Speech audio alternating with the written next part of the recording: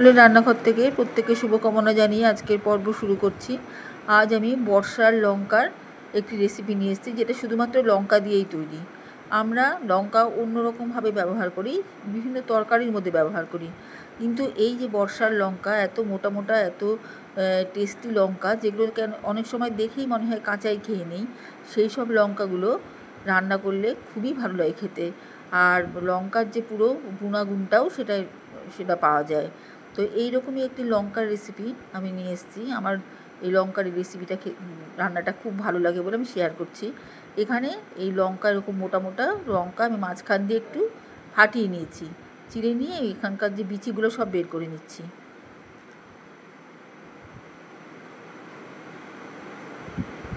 প্রতিটা লঙ্কা থেকে এরকম বিচি বের করে নিয়েছি, কারণ বিচিতেই ঝাল হয়, কাজে বিচিটা ফেলে দিলে ঝালটা কম হবে। এখানে এই যে কাঁঠাল দানাগুলো, এখান থেকে আমি কাঁঠাল দানা ছাড়িয়ে সেদ্ধ করে নিয়েছি। এরকম সফটভাবে সেদ্ধটা হবে।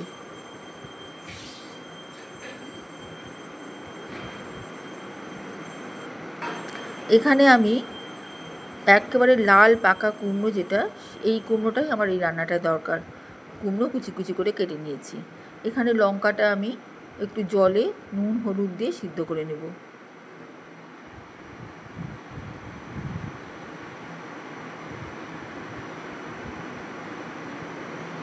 এতে ঝাল অনেকটা কমে যাবে।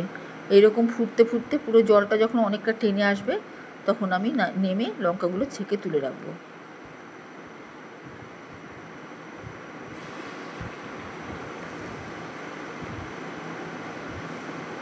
এই হলুদ জলের মধ্যে অনেকটা ঝাল বেরিয়ে গিয়েছে। এবারে কড়াইতে আমি সর্ষের তেল দিব। তেল আমি একবারই দিব, আর এমন করে রান্নাটা করব একটু বেশি করে তেল দিয়ে, যাতে রান্নাটা তেল চুপচুপে হয়, তবে খেতে খুব ভালো লাগবে। সেরকমভাবেই আমি তেলটা দিলাম। এবার ওই লাল পাকা কুমড়োটা আমি কুচি কুচি করে কেটে রেখেছি, ওটা আমি এখন ভেজে নেব।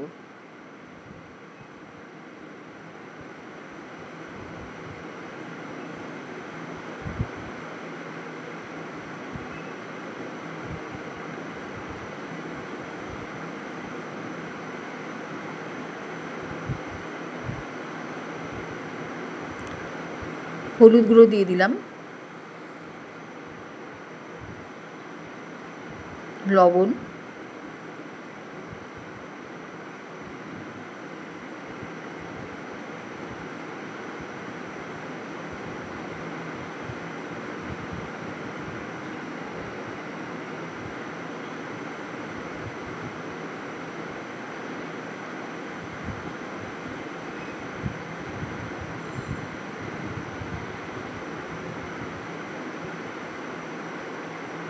কালো জিরে,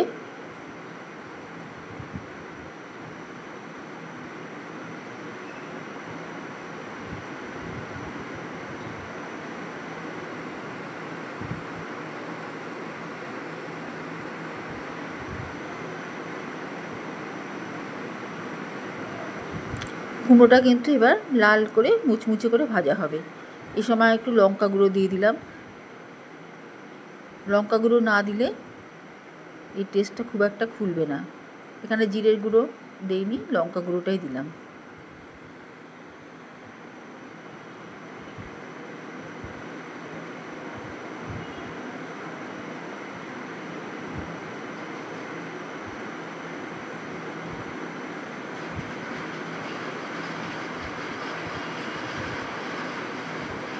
এবারে আমি ভাজা কুমড়োগুলো তুলে নিচ্ছি।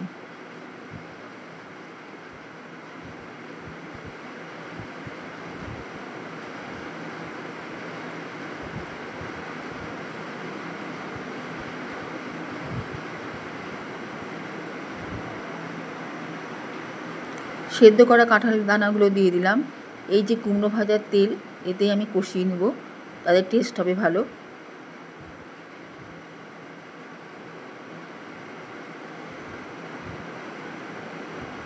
পুরো মশলা তেলটা ছেড়ে গিয়েছে, এই দানাটা এইভাবে আমি কষিয়ে নিচ্ছি।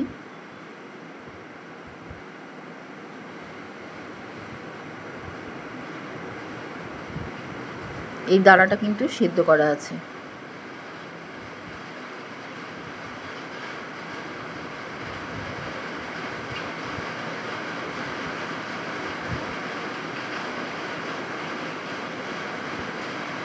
দানাটা আমি তুলে নিচ্ছি।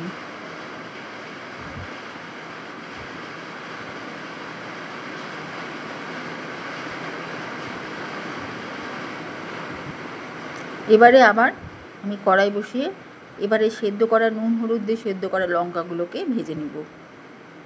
যেহেতু লঙ্কার তরকারি, লঙ্কাটাকে আমি আলাদা করে ভেজে নিচ্ছি।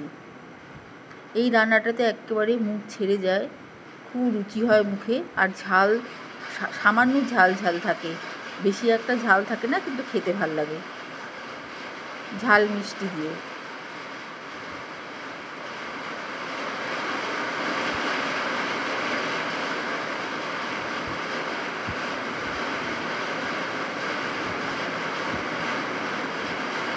এবার আমি কালো জিরে দিয়ে দিলাম। বাইরে প্রচণ্ড বৃষ্টি হচ্ছে। এখন দিলাম হলুদ গুঁড়ো,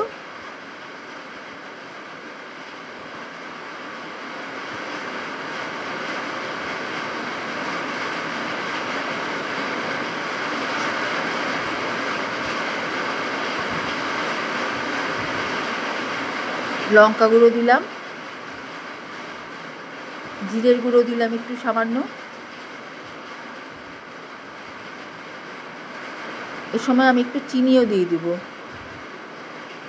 হলুদ গুঁড়ো আর একটু দিয়ে দিলাম, দিয়ে ভালো করে লঙ্কাটা কষিয়ে নিচ্ছি।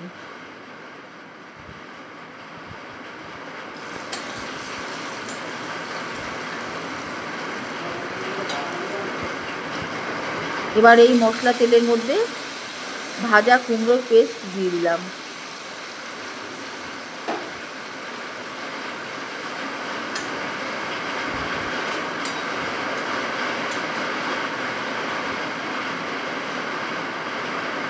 এখানে ঝাল আর একটু কমানোর জন্য আমি টমেটো কুচি দিলাম। এতে ঝাল সামান্য কমে, এমনিতে ঝাল হয়নি, তবু এটা দেওয়াতে ঝাল অনেকটা আরও একটু কমে আসবে। বেশি ঝাল হলে আমার খারাপ লাগে না, তবে অনেকে ঝালটা কম খায়, ওই জন্য আমি এখানে টমেটো কুচিটা দিয়ে দিলাম। এবার টমেটো যখন এর সাথে গলে যাবে, এই মশলাটার সাথে, তখন আমি এর মধ্যে তেলে কষানো কাঁঠাল দানাগুলো দিয়ে দেবো।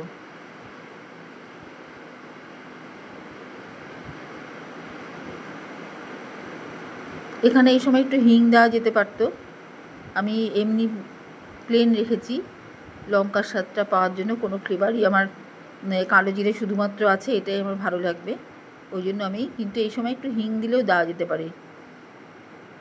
এইভাবে আমি একটু নাড়াচাড়া করে নিচ্ছি। এবার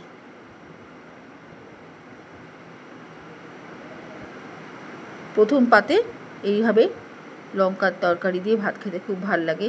এইরকমভাবেই এখানে আমি একটু ফ্লেভারের জন্য আম পাতা ছিঁড়ে দিচ্ছি।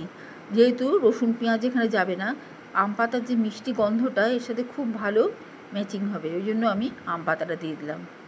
ঠিক এভাবে অনেকে শুটকি মাছ দিয়েও খান। এইভাবেই শুধু রসুন আদা বেটে নিয়ে ঠিক সেম প্রসেসে করলে, কাঁঠালের দানা দিয়ে, কুমড়ো দিয়ে, সেখানে লঙ্কাও দিলেও ভালো লাগবে, আর শুটকি মাছ দিয়ে ওটাও হেভি লাগবে খেতে। তো নিরামিষ এটা খারাপ না।